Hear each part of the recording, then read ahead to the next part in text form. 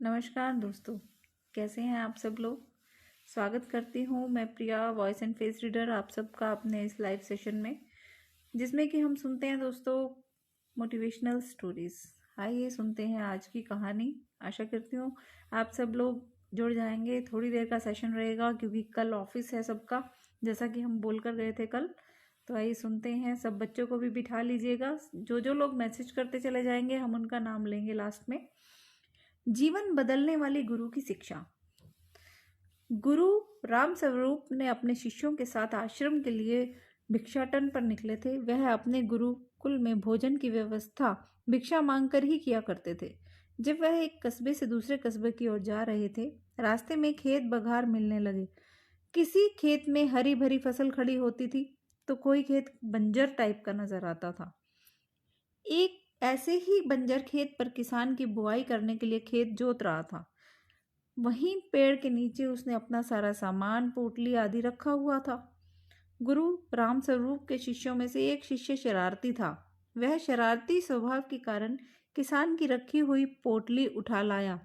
गुरु रामस्वरूप को जब ज्ञात हुआ कि उसके शिष्य ने कुछ शरारत कर दी, तो गुरु ने शिष्य को समझाया, पुत्र, इस प्रकार तुम उस गरीब किसान की पोटली चुरा लाए, उसे कष्ट दे रहे हो। उसके पास पहले से ही कुछ नहीं है, जो एक पोटली थी वो भी तुम चुरा कर ले आए। यह कार्य तुम्हें शोभा नहीं देता।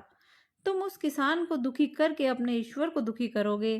तुम्हें जो पैसा भिक्षा में मिले हैं उसे ले जाकर उसी स्थान पर पोटली के साथ रख दो और फिर किसान को का भाव देखो।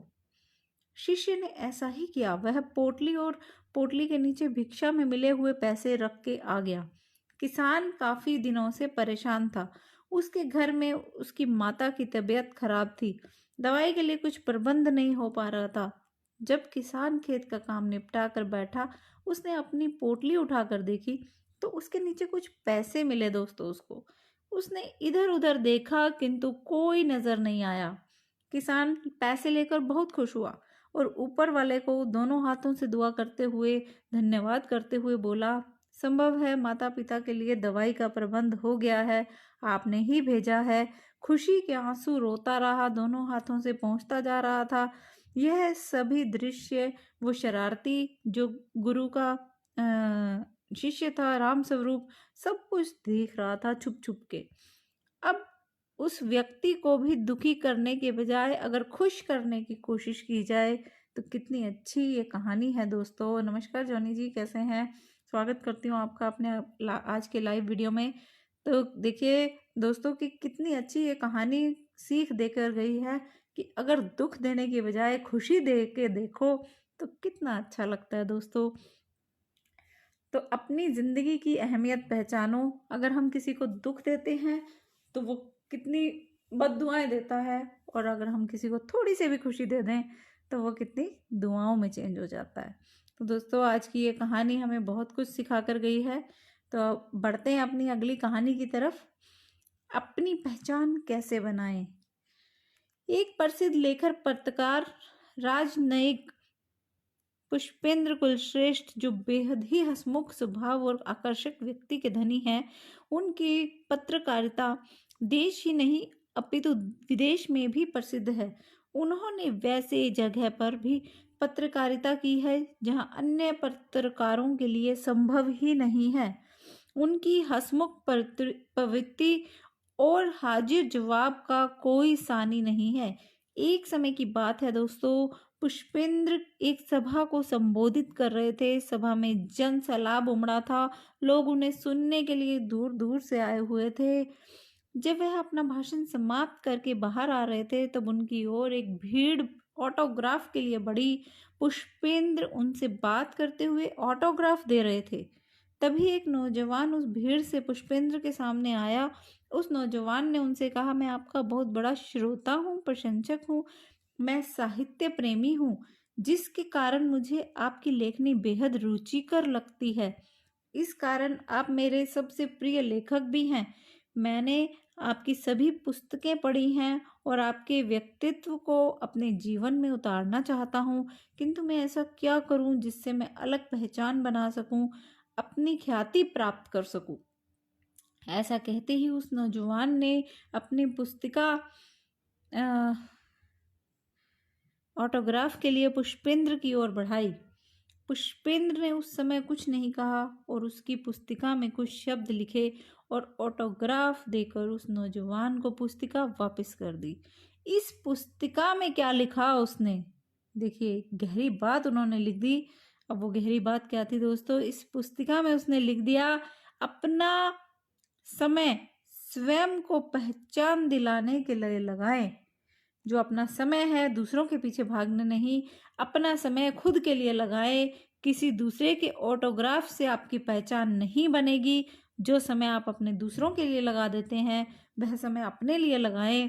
नौजवान इस जवाब को पढ़कर बहुत खुश हुआ। उसने पुष्पेंद्र को धन्यवाद किया।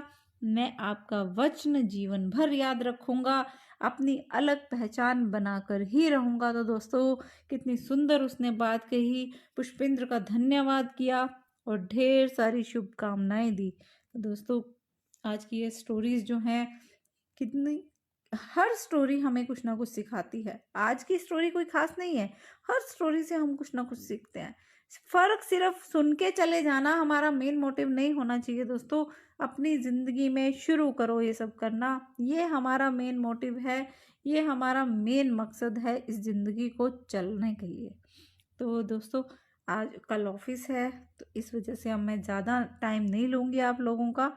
जो हमारी ये दुनिया है छोटी सी, एक ही ज़िंदगी मिली है, इसमें अगर कुछ कर गुजरने का जज्बा रखते हो तो कुछ कर गुजरने के लिए उठ खड़े हो जाओ और करते चलो। एक एक दिन करके ज़िंदगी निकल जाएगी। आज ठंड है, कल गर्मी है, परसों बरसात है, लेकिन जिन्होंने करना है उनके लिए कोई बहाना नहीं है और जिन्होंने नहीं करना उनके लिए कोई काम करने के लिए बहाने के सिवा कोई और बहाना नहीं है दोस्तों। मिलिट्री वाले कैसे सर्दी गर्मी बरसात बर्फ ठंडी सब कुछ सहन करके कुछ खाने के लिए ना भी हो तो हमारे लिए देश के आगे खड़े रहते हैं। उन्हीं के दम पर हम लोग सोते हैं। उनसे प्रेरणा लेकर एक बार देखिए तो सही दोस्तों कि कैसे काम करने के लिए बहाने नहीं ढूंढने चाहिए, काम करने के लिए हिम्मत रखनी चाहिए। उस हिम्मत को बरकरार रखें दोस्तों और जीवन में अपने कुछ कर गुजरने का जज्बा रखें। चल पड़ोगे तो पहुंच ही जाओगे मंजिल तक। तो दोस्तों बहुत ही सुंदर कहानियाँ होती हैं जिनसे हमें रोज़ कुछ ना कुछ सीखने को मिलता है। इनको अपने जीवन में उतारना सीखिए दोस्तों। मैं बहुत इस बात पर जोर देती हूँ, बार बार बोलती हूँ, हर पल में इतना जी लो कि उन पलों को इतनी यादगार पल नहीं, यादगार जिंदगी हो जाए, बुक लिख सको, इतना जी लो उन पलों को। तो दोस्तों हर दिन नया दिन, साल में एक दिन नया साल नहीं होता, हर पल में नया साल होता है। मैं रोज़ बोलती हूँ कि अपने हर एक पल को, हर एक लम्हे को नए साल के जैसे जियो और उसमें इतना जोश, इतना जुनून, इतनी खुशियाँ भर दो जिसकी कोई लिमिट ना हो। कर गुजरो, एक ही ज़िंदगी है, इसी ज़िंदगी में आपने सब कुछ करना है। तो दोस्तों कल फिर मिलेंगे इसी समय पर 10 बजे हम फिर से मिलेंगे, क्योंकि ऑफिस डेज हैं तो हम ऑफिस डेज में 10 बजे मिलेंगे।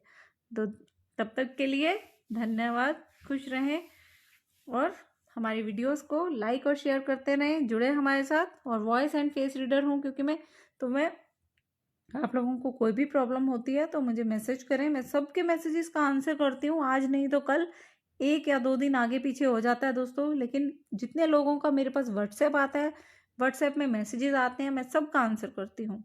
तो दोस्तों कल फिर मिलेंगे, कल फिर नई कहानियों के साथ मुलाकात होगी। तब तक के लिए बहुत धन्यवाद। शुभ रात्रि।